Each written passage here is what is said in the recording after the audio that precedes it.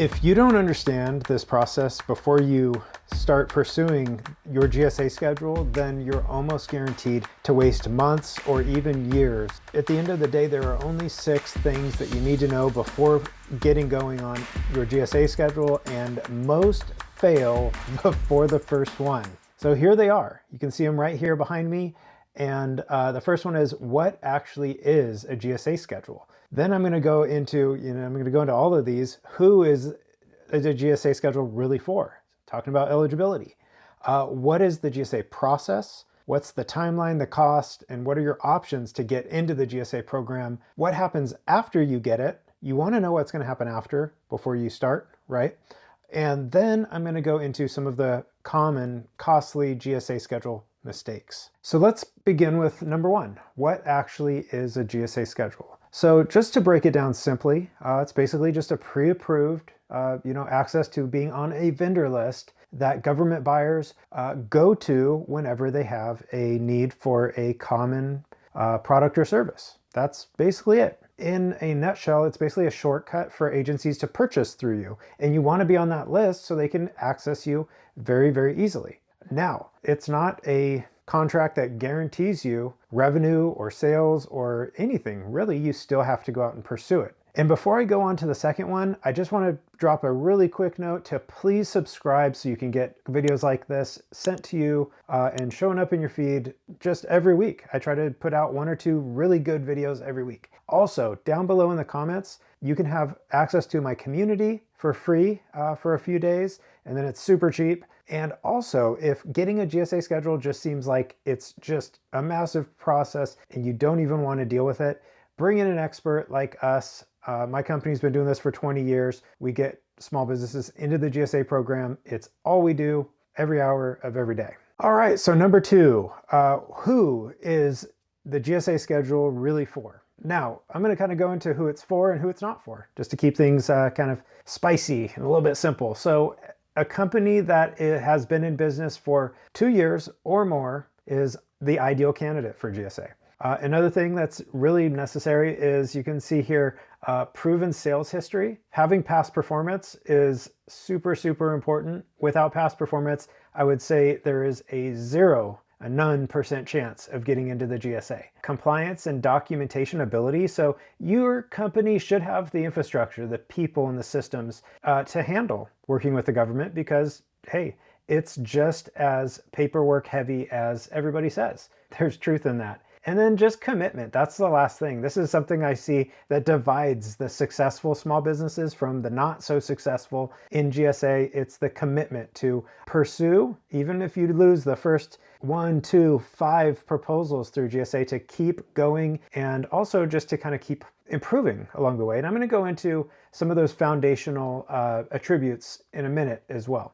So those 4 right there, you can see those 4 right there. That's it. If you have those, continue this video and learn about GSA. If you don't, continue the video, of course, but just know that you have a little bit of catching up to do or building to get into a really nice eligibility state. Now, disqualifying factors. So startups are not great qualified candidates for the GSA program. Even though there is a program called Startup Springboard, if you're a true startup with 0 revenue, call it pre-revenue, then you're just not a good candidate. There's not really a path in there for you. I won't work on it. You can try, but I'm going to tell you it's not going to work. And that basically is the same thing as saying you have no past performance yet. Even if the owner and a lot of the associates in the company have a lot of experience, that doesn't work until you have at least 1 or 2 projects. You need those projects as your kind of key to unlock the door. And then the last one is just having no structured pricing. So some companies are maybe, pretty mature as a company, but their pricing is just all over the place. They just, kind of willy-nilly build estimates and proposals and send them out just on how they're feeling that day. There is one customer that's paying $100 for the service, another's paying $50, another one's $500. So if there's no structure there, that can be a problem. It's something that, an experienced GSA consultant can work out for you, but it's going to pose some challenges. Now, here's the third topic I wanted to talk about. You really need to know this before getting into GSA. It's what are you looking at? So the first part of the process, and you could see there are about 7 steps here that we've got: document gathering and building. It's a very big document gathering process, and it's very, very specific. After that, it's uploaded and submitted into the GSA eOffer system, where it goes into a review where it's assigned to a person within the GSA, and that reviewer is going to go through each and every document. It's going to get rejected, or there's going to be several rounds of clarifications. The GSA reviewer has a lot of details that they're going through, and they almost always have questions. In my 20 years of doing this, I think I've had 3 offers that went through this stage without a single clarification.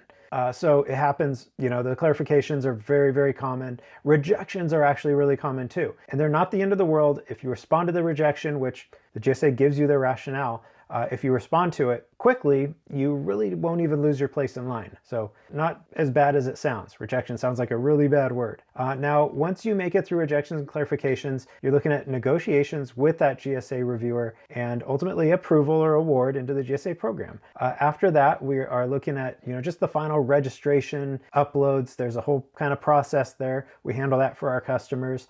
And then it's time to go out and pursue and win with the GSA contract. That is the step that you can't forget. That's the whole purpose that you're getting in here. And this is a really important step. And it's really something that we really try to push our customers into a mindset shift, because steps 1 through 6, you are focused really, really hard on getting into the GSA program. It comes time to where you are awarded, and you have to completely change the way you're thinking from getting GSA to getting business with GSA. And a lot of people are kind of caught like a deer in the headlights, where they're like, oh, I got what I wanted. Now what do I do with it? And this is why we always have a debrief call with each and every customer to talk through the transition into how to win with GSA, as well as stay compliant and all of the important things. The 4th thing I wanted to talk about, and it's just really important to know, are your options when it comes to getting into the GSA program, as well as the timeline and the cost with each option. A lot of people just ask, what's the timeline? What's the cost? Well, you have different timelines and different costs that are tied to each of the different options. As you can see, there's the first one,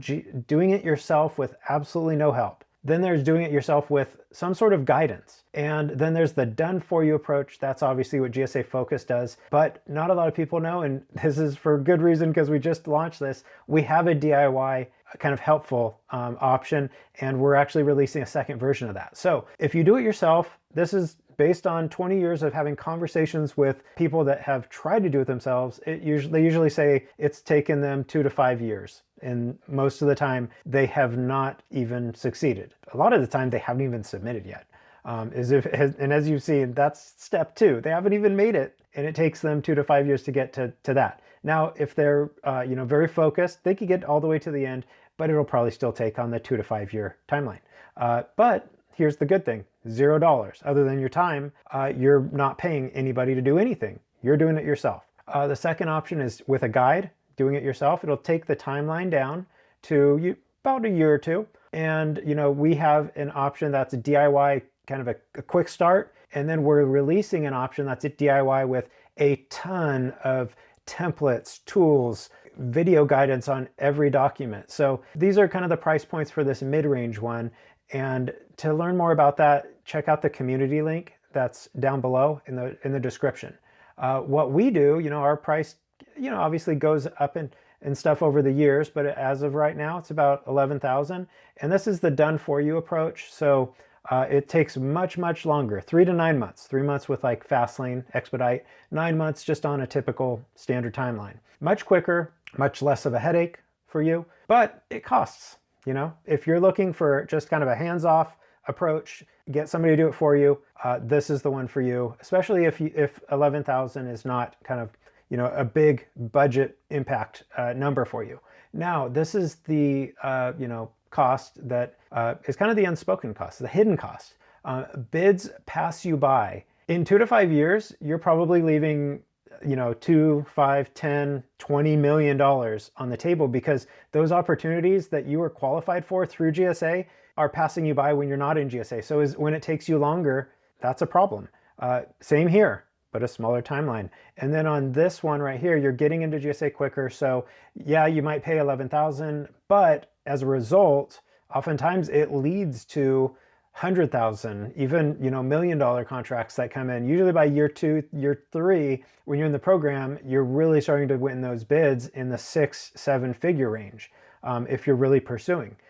So just that hidden cost is definitely a consideration, and very few people think about it. So it almost is like, yeah, this is the cost right here, but this is the value, the time. The time saved leads to bids not passing you by. There's value and there's cost. That's how you can kind of compare the two. The fifth consideration, or kind of the thing that you need to know really about GSA schedules, is what happens after you get it. So this is what we call post-award. You're awarded into the GSA program. You aren't given a penny yet. You're just simply, having access, you're gaining access to these systems that are connecting you to buyers, whether it's products through a tool or a system called GSA Advantage, which you could go to right now, gsaadvantage.gov, and check it out. There's also another one for services and also larger product orders called GSA eBuy, which you can go to, but you're not going to get very far, because if you don't have a GSA contract, you can't even go in and see the opportunities. So those are the two big ones. Aside from that, you gain access to GSA eLibrary, which is a public site, and you could go to GSA eLibrary, and when you're in there, you basically have a GSA landing page. So buyers can find you, look into your company, go to your website, look at your offerings on GSA, all that research stuff that really means a lot to them, because they like to know who they're about to do business with. Now, the sixth and final topic that you really need to know before starting to pursue GSA schedules are just some of the common and costly GSA schedule mistakes. So one of them is just getting a GSA schedule without a sales strategy. You should really know what you're going to do once you land in there. You should know your competitive advantages. You should know your competitors. You should know the agencies that you want to work with, that you're going to be pursuing. What are the agencies that buy what you sell the most? All of that stuff. That's a sales strategy. Another one is just that you don't have discipline when it comes to just two things. And these two areas, if you have discipline in them, what I've found over my 20 years working with 1,000+ small businesses is that if you can focus on one, just sticking to the fundamentals with very, very strict discipline and not deviating out into some crazy other sales tactics, and just get better and better at the fundamentals, that's going to be huge. The second one is growing your proposal writing acumen. So the first one being fundamentals, I'm talking about just use the GSA systems.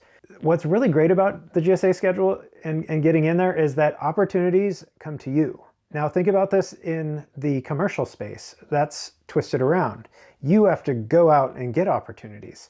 So if you're in roofing, you have to find out who needs a new roof, and you ought to go get them. Now in the GSA world and in the federal space, an RFQ, request for quote, or a bid is put out, and it comes to you if you're positioned to receive it. And GSA has this system, eBuy, where you are positioned to receive it. Now, when I talked about fundamentals, it's just about sticking to what works. And this is what works. The RFQ comes to you, you evaluate it, and if it's good for your company, you pursue it. You write a proposal, you submit it, you go through the whole process, and you win or you lose. And then rinse and repeat.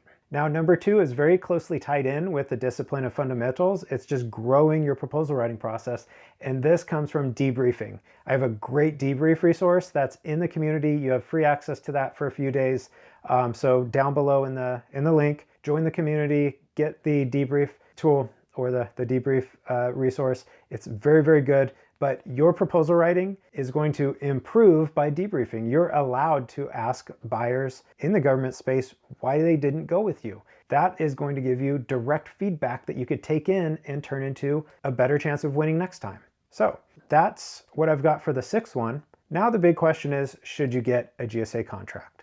And as I kind of already went over, if you sell commercially or federally or a subcontractor, you have some past performance, you're ready and willing and able to invest the time and the effort that it takes to get into this market and succeed, then that's it. The answer is yes. You're a great candidate. All you have to do is commit and go do it. Now, if you're looking for quick wins, you don't really have any past performance, and the whole compliance and all that stuff, you're not willing to just take the time to learn it and stick to it, then GSA is not quite for you. Maybe not yet, maybe not ever. But at the end of the day, if you want to know if you do qualify, all you need to do is ask. We have the discovery call below. There's a link. You set a time, and in a half hour, you will literally get every GSA question that you have answered. We have a great process to walk you through eligibility, talk deep on the process, your timeline, your opportunities. We even have a way to look up what your average sales would be if you were in GSA right now. So we have some great stuff there. So yeah, again, remember to subscribe so you get these videos on a weekly basis. And now take all of these 6 things, which you now know, and go make a good decision about getting into GSA.